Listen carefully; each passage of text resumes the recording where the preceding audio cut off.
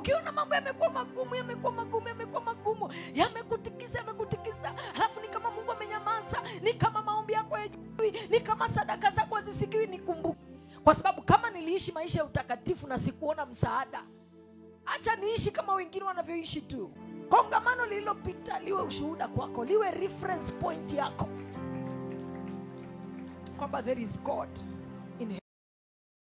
Na uhakika kuanzia sura ya 2 ya Ayubu, wakati mapigo yalipoanza, mpaka sura ya 41 Ayubu anapigwa tu, uchumi unapigwa, familia inapigwa, watoto wanapigwa, biashara zinapigwa. Alafu Mungu ni kama alikuwa amenyamaza kimya. Lakini watu wa Mungu, Mungu tunayemtumikia ni Mungu ambaye huwa anasubiri shetani afanye ya kwake yote.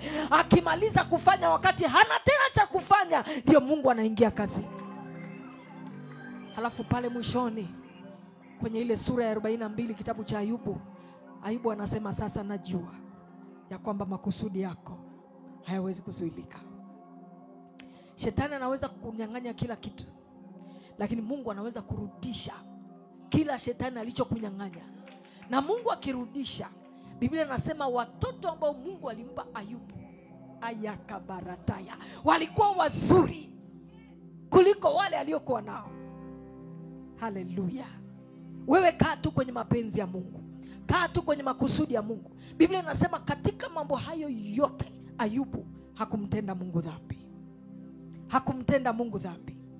Kwa hiyo chochote kinachotokea kwenye maisha yako, unaweza kuwa unaona giza, unaweza ukawa unaona vitu huvielewi, usimtende Mungu dhambi. Kwa kuwaza kwako, kwa kunena kwako, kwa kutenda kwako, usiruhusu mapito yakakufanya ukamkosea Mungu. Biblia ilikuwa ina maana sana ya kusema katika mambo hayo yote Ayubu hakumtenda Mungu dhambi. Maana ni rahisi sana kumkosea Mungu unapopita. Wakati wa mapito ni rahisi sana kukosea. Ni rahisi sana kusema, Mungu nilikuomba na huku nisaidia, wacha niishi tu vyovyote vile. Kwa sababu kama niliishi maisha ya utakatifu na sikuona msaada, acha niishi kama wengine wanavyoishi tu. Ni rahisi sana kusema hivyo. Na una justifiable reasons za kumkosea Mungu. You have the justifiable reasons. Nina uhakika wakati Ayubu anapita alichokuwa anapitia, hata angefikiria kwenda kwa waganga wa kienyeji, hakuna mtu angemlaumu. Manake how do you explain? Kila kitu chako kinaharibika. How do you explain? Na unatoa fungu la 10, huko si ibada, huko si maombi, lakini kila kitu chako kinaenda mrama. How do you explain it? Bwana asifiwe sana. Wakati wanamsulubisha Yesu, Jumamosi kama ya leo, alikuwa amekufa, amezikwa, yuko kaburini, ameingia kuzimu. Na uhakika wakati anapigwa ile mijeledi na hakuna malaika aliyeshuka kumsaidia, wakati anatemewa mate na hakuna radi iliyopiga kutoka mbinguni kuhukumu wale watu, nina uhakika kuzimu walikuwa wanashangilia, walikuwa wanagonga champagne. Nina uhakika wale Mafarisayo na Masadukayo waliomtafuta Yesu kumuua muda mrefu na walikuwa hawampati, nina uhakika walikuwa wanashangilia kwamba wameshinda, wasijue ya kwamba Mungu wetu glory to Jesus, hallelujah. Mungu anasubiri mwishoni, anasubiri mpambane ya kwenu mmalize, anasubiri shetani apige amalize. Alafu akitokea siku ya 3, ayakabarata, akitokea siku ya 3, anatokea amekupa jina lililo kuu kuliko majina yote. Anatokea amekupa ushindi ambao kila mtu anaona.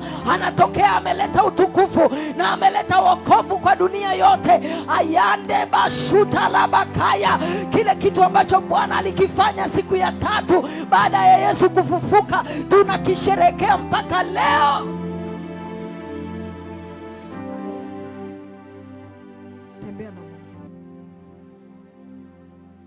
Ukisikia kukata tamaa kwa sababu ya changamoto na mapito, mkumbuke Pastor Rose. Praise the Lord. Ukiona mambo yamekuwa magumu, yamekutikisa, halafu ni kama Mungu amenyamaza, ni kama maombi yako hayajui, ni kama sadaka zako hazisikiwi, nikumbuke Kongamano lililopita liwe ushuhuda kwako, liwe reference point yako kwamba there is God in heaven. Si mkono wa mwanadamu ulikusanya watu wote wale. Sio social media. Hatukutangaza redioni, hatukutangaza kwenye TV yoyote, hatukwenda kwenye gazeti lolote. Lakini ninachojua ni kwamba tuliomba. Kina Rebeka tulikuwa wote Dar es Salaam. Tulikuwa tunakusanyika kwenye maombi na kina Pastor Newton. Tunaomba, tunamwambia Mungu yule malaika wa habari njema apite mpaka kwenye ndoto, apitie watu kwenye ndoto, awaamshe usiku, awaambie waje kwenye kongamano. Tulikuwa tunaomba, tunasema malaika Gabrieli uliyefanya kazi wakati wa Maria, hebu fanya kazi tena wakati huu. Fanya kazi tena wakati huu. Nenda kwenye ndoto zao wakiwa wamelala usiku, sema nao. Oramande bashuta. Tukaagiza malaika, tukatuma malaika, tukaagiza, tukatuma, tukaagiza, tukaomba. Roho Mtakatifu akawa mwaminifu. Watu walikuwa wananitumia message, wengine wanasema pastor, mimi sikujui, lakini nilikuwa nimelala usiku kwenye ndoto, nikasikia kwenye ndoto naambiwa mtafute Rose Shaboka. Rose Shaboka simjui, sijawahi kumuona. Nikaamka asubuhi nikaanza kugugo. Kuna mtu akaniambia pastor, Google nikatafuta kama kuna mtu anaitwa Rose Shaboka. Nilipo Google nikaletewa page zako za Facebook na Instagram. Nilipoingia nikakuta tangazo la Ayanda Bakaya, nikakuta tangazo la kongamano. Watu wa Mungu, kuna Mungu anayefanya kazi, kuna Mungu anayetenda, kuna Mungu ambaye tukimwomba anasikia. Hata wakati unapomwona ni kama amenyamaza, usimkatie tamaa, usiache kuomba, usiache kutoa, usiache kumwamini, usiache kumtegemea, kwa sababu wamtumainio Bwana ni kama mlima Sayuni ambao hautatikisika na hautaaibika milele. Hautaaibika. Nasema hautaaibika. Nasema hautaaibika. Katika safari yako na mtembeo wako na Mungu, ukiona wakati fulani mambo ni kama uelewi. Hata mimi kuna wakati pastor nilikuwa naangalia, nasema Mungu, na haya mambo yanayoendelea kwenye social media, watu watakuja kweli? Hata mimi nilikuwa natetemeka, lakini nikashika imani, nikasema Mungu Bwana asifiwe sana. Si mnajua na mimi ni mwanadamu. Yaani kuna saa nilikuwa nakaa hivi nasema, Bwana Yesu, watakuja kweli? Maana sasa ukikaa hivi huyu kaandika hiki, ukikaa hivi huyu kasema hiki. Sasa nikafika mahali nikawa sifuatili tena kwenye social media. Yaani naingia tu nachungulia wameposti kitu gani au na posti, alafu natoka, sikai huko, kwa sababu naogopa, nasema nisije nikaona kitu kikaninajisi, kikanichafua, kikani discourage. Bwana asifiwe sana. Kuna wakati nilikuwa naiogopa simu yangu mwenyewe, naiogopa. Nafanya mchezo nini? Bwana asifiwe. Nilikuwa naiogopa simu yangu, naiogopa Pastor Mkude, naiogopa. Kwa sababu simu imegeuka mjumbe wa habari mbaya. Usipoingia Insta, mtu ame screenshot amekutumia WhatsApp. Haya sasa, utakimbia namna gani? Bwana asifiwe sana. Na sasa unajua shetani anachofanya, anaposambaza uvumi mbaya kama huo, ni kukuchafua ndani ya mioyo ya watu. Na unajua hizi kazi zetu zinategemea sana watu wamekupokeaje kwenye mioyo yao. Watu wakikukataa kwenye mioyo yao, hata uwe na mafuta, hata uwe unatema cheche za moto, hii kazi huwezi. Yaani watu wakisha kukataa in their hearts, kuna kitu kinaitwa lango la moyo. Lango la mioyo ya watu lisipokufungukia, hata uwe na mafunuo ambayo ukifundisha namna hii malaika wanashuka, haitakusaidia. Kwa hiyo shetani alichokuwa nakifanya kwenye kile kipindi ni kunifungia mioyo ya watu. Lakini Mungu tuliomba hapa Januari pastor, tukasema Mungu atangulie mbele yetu, afungue malango ya chuma, afungue malango ya shaba. Na malango Mungu anayofungua sio malango tu, hata mioyo ya watu ni malango. Kuna watu mioyo yao ni malango ya chuma, ni malango ya shaba. Mungu asipoifungua ukapata access kwenye mioyo yao, huwezi kwenda kokote. Kiomba kiongozi mmoja mkubwa wa serikali akanitafuta, zimebaki siku 2 za kongamano, akanitumia message Instagram. Kiongozi mkubwa kabisa, Waziri Samuel akanitumia message Instagram. Nikasema huyu ni yeye, waziri anatuma message Instagram. Nikasema hamna, huyu sio. Nikampa namba yangu, kasema mheshimiwa, kama ni wewe naomba tuwasiliane.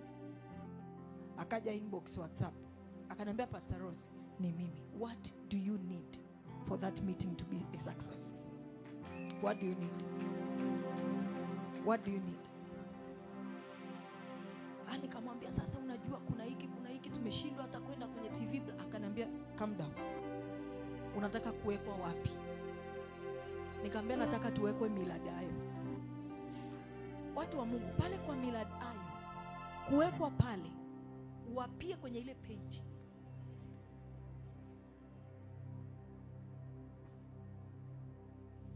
Tuapia in that page. Akaniambia what do you want? Nikamwambia nataka tu tuwekwe pale. Akaniambia Pastor Rose, lala usingizi. Akaniambia nawapigia simu right now, watakuwa airport. Nikamwambia sasa tunapokea wageni saa 9 usiku. Akaniambia they will be there, watakesha airport. Walikuwepo airport, wakaweka kama vile mlivyoona.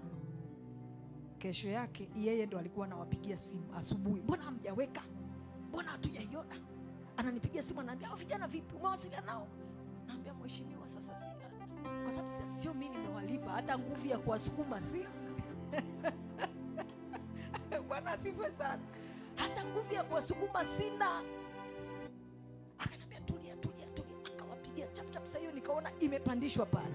Watu wa Mungu, kabla hatujawekwa pale, watu waliokuwa wameregister walikuwa ni watu 400. Tulipowekwa pale, ile idadi ya watu mlioiona mpaka ikajaa kule nje ilipatikana ndani ya siku hii.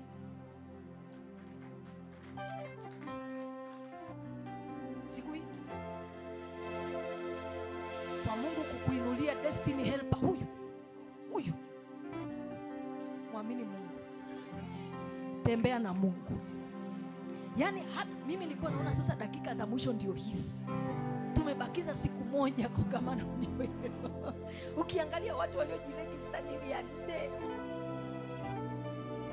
Na watesi walikuwa wengi. Nikasema Mungu, ili kongamano lisipofanikiwa nitajekwa, nitanyoshewa vidole.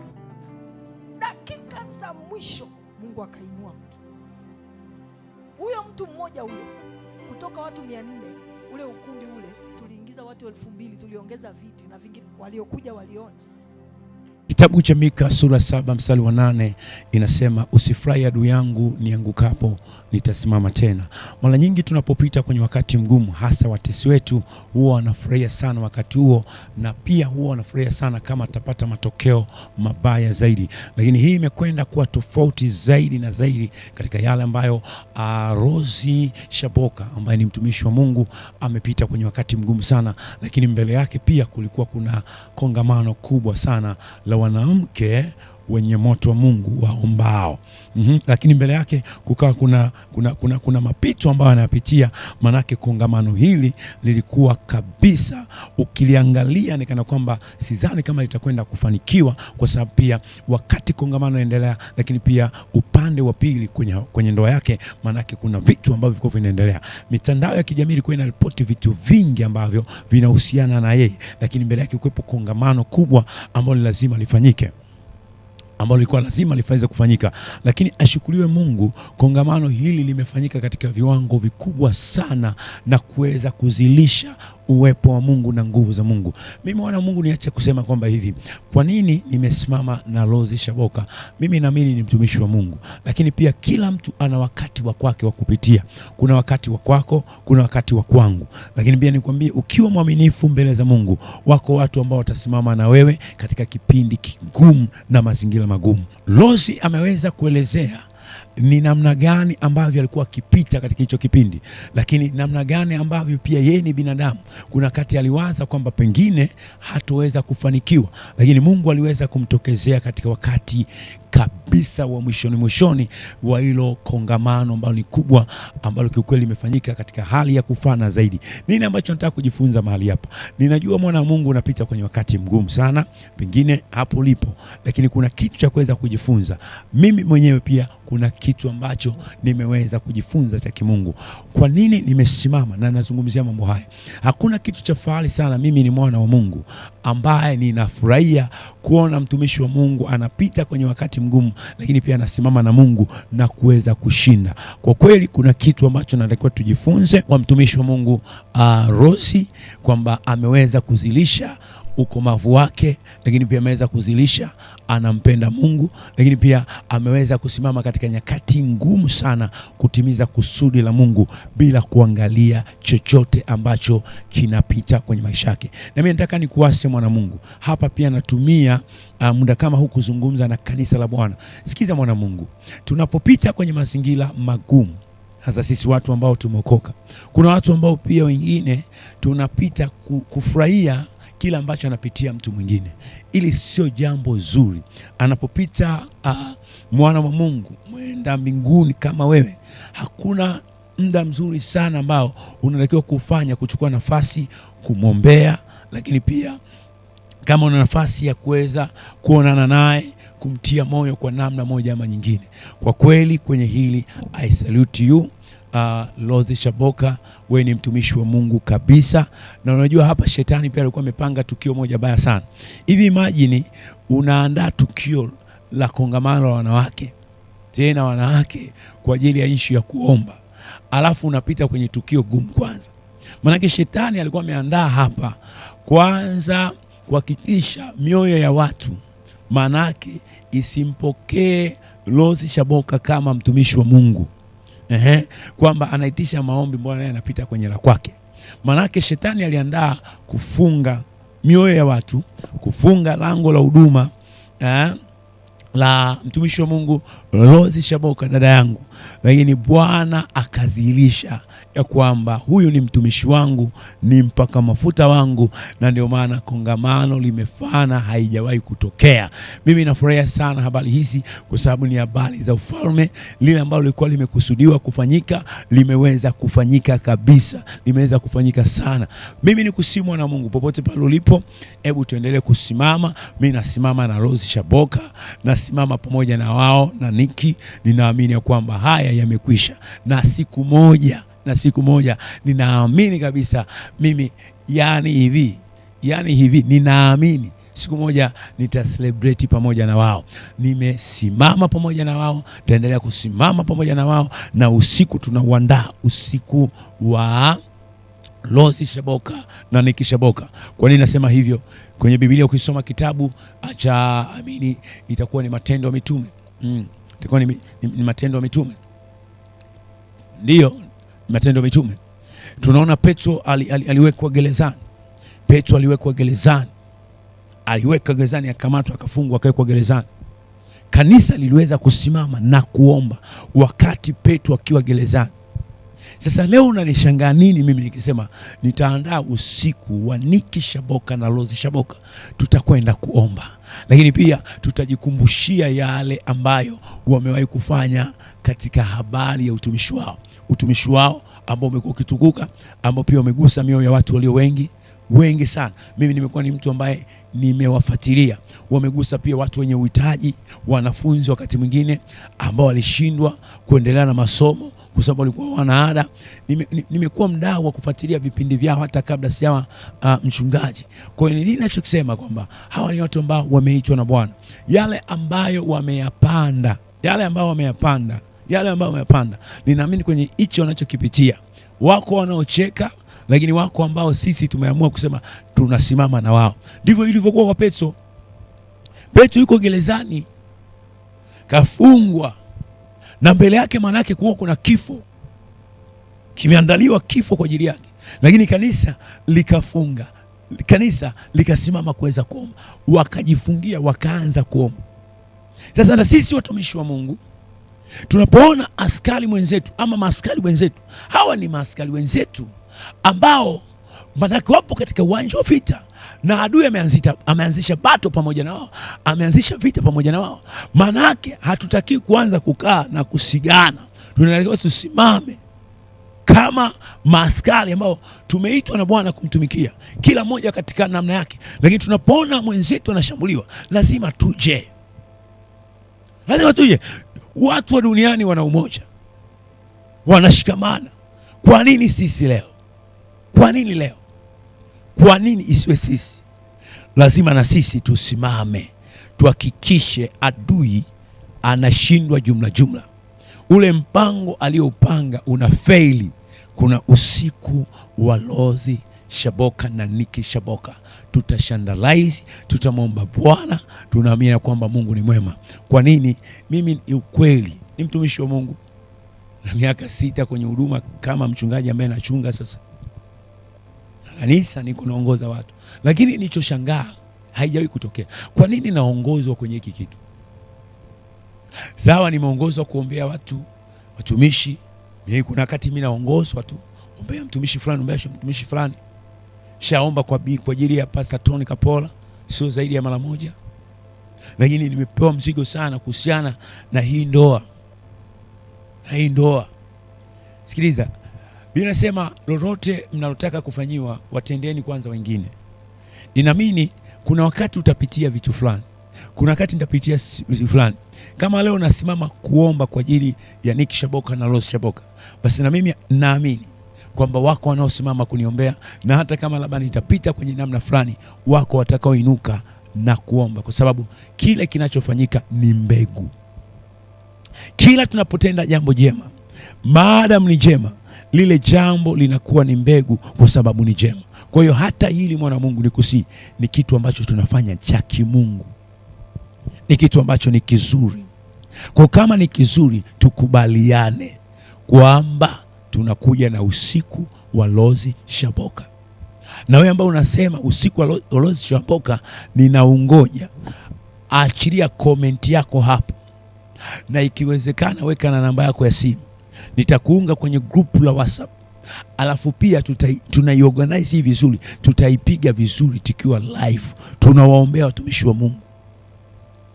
Tuache kuchukuliwa na upepo tu wa adui, na sisi tunaanza kusigana, tunaanza kusema 1 2 3 4 5 ngapi. Yaani adui siku zote anafurahia pia wakati mwingine anapoona ndoa za watumishi wa Mungu zinakwenda nini? Mlama. Na kwa watu ambao wanaungana kusema sawa, waliombea wengine, alijifanya fundi wa ndoa. Sikiliza, kila mtu atapita katika pito lake, na kila mmoja atapita katika pito lake katika kila alichokitiwa. Lozi amepita kwa sababu ni sehemu kubwa pia. Ameiponya mioyo ya wamama, ameponya mioyo ya vijana, ameponya mioyo ya baba pamoja na mume wake Niki Shaboka. Kwa hiyo wewe ulitaka iweje?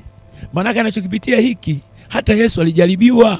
Wewe unamshangaa Lozi leo, unamshangaa Lozi leo eti kupita kwenye jaribu kama hilo. Yesu mwenyewe mbona alijaribiwa? Yesu alijaribiwa na akashinda. Lozi Shaboka ameshashinda.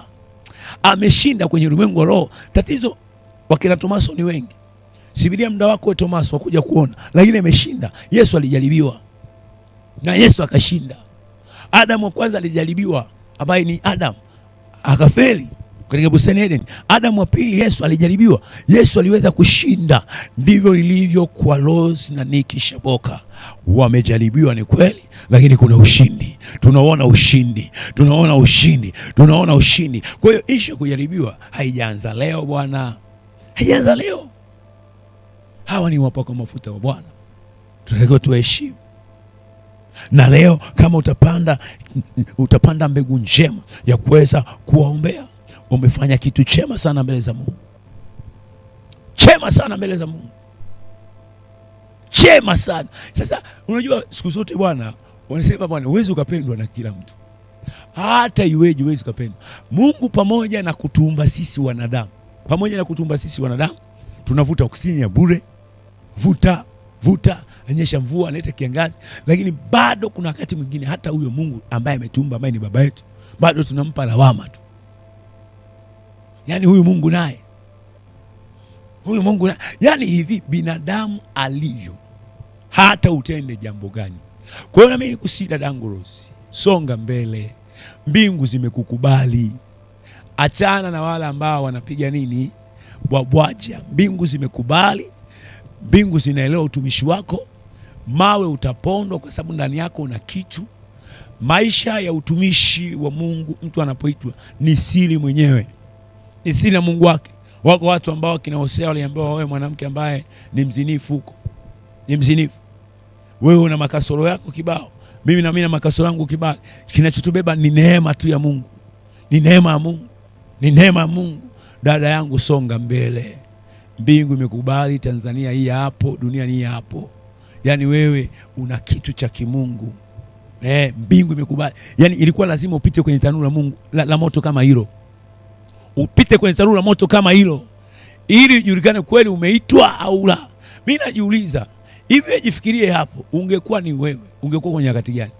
Hivi unacheza upite kwenye hali kama ambayo ameipitia. Vyombo huku media zinaandika hivi, huku wamesema hivi, huku wamesema vile, huku wamesema vile. Unakuwa kwenye wakati gani? Alafu unatakiwa uwahudumie watu. Unakuwa kwenye wakati gani? Watu wanapitia majaribu madogo tu wanajinyonga. Anakunywa sumu, anaamua kufa.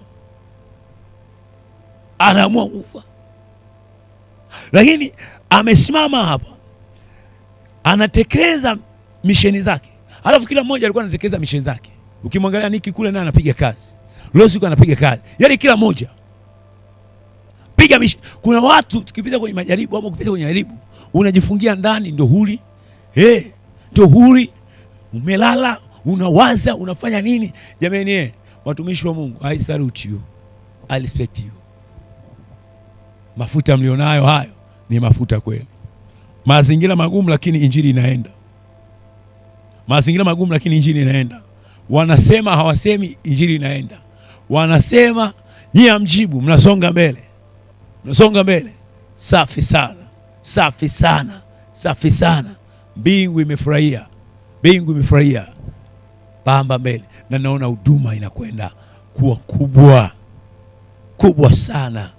Mimi nafurahia. Sijawahi kukutana na Niki Shaboka wala Rose Shaboka. Naona kwenye mtandao tu. Sina namba ya simu ya mtu yoyote. Lakini mimi ni mtumishi wa Mungu, naheshimu mafuta aliyobeba. Kama leo nitapanda mbegu njema kwao, naamini ile mbegu njema itamea. Inawezekana hata mimi kuna wakati unaweza ukapita. Sasa kama leo unafanya kitu kizuri, maana yake pia katika kipindi ambacho utapita watakuwepo watu watakaosema mkumbuke mtumishi yule, mkumbuke mtumishi yule. Ingawa wengine watakuwepo wa kuponda na kutukana, hawakosekani. Yaani hao hawakosekani. Wa kuponda, kutukana hawakosekani.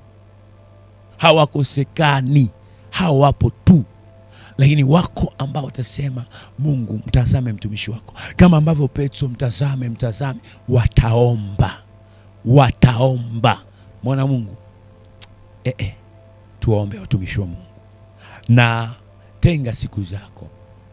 Usiwe mtu wa kujiombea tu wewe. Tenga muda wako pia. Uwe unawakumbuka watumishi wa Mungu uombe. Uwe unakumbusha. Ni maaskari walioitwa wanaopambana na ufalme wa giza kwa kila namna. Wanakesha wakikuombea. Usiinue kinywa chako kuwasema vibaya. Waombee. Kuna wakati pia funga na kuomba, usiombee mambo yako tu, ombea na watu wengine. Lakini pia kumbuka watumishi wa Mungu. Usishadadie mapito ya watumishi wa Mungu. Ujui kwa nini wanapita. Ujui kwa nini Mungu ameruhusu wapite. Kwa sababu kila mtihani unapokuja wakati mwingine anapofaulu, anapokorfai yule ambaye mtihani uko mbele yake, kuna kuinuliwa tena. Ninaona huduma inakwenda kuinuka zaidi ya pale ambapo ilipokuwepo. Kwa sababu katika ulimwengu wa roho mimi najua wamewin, wameshinda. Limeisha hili. Limeisha.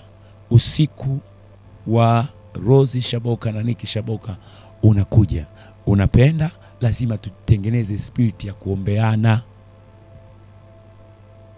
Lazima tujenge spirit ya kuombeana.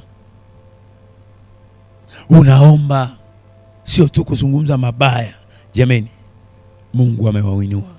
Mafuta yenu hayo ni mafuta ambayo Tanzania yenyewe itakwenda kusalute. Mungu awabariki sana. Niki nakupenda, Rosi nakupenda, ninawapenda watumishi wa Mungu.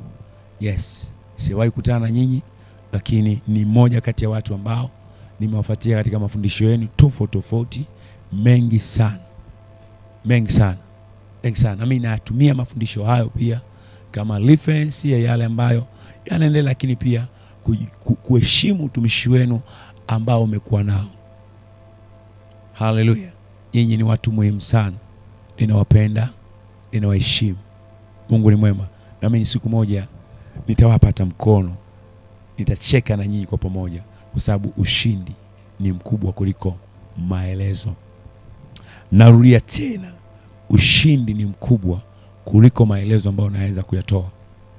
Narudia tena, ushindi ni mkubwa kuliko maelezo ambayo unaweza kuyatoa. Mimi naamini ya kwamba watesi waliopanga kuona mnashindwa, mnafikia hapo, wamefeli.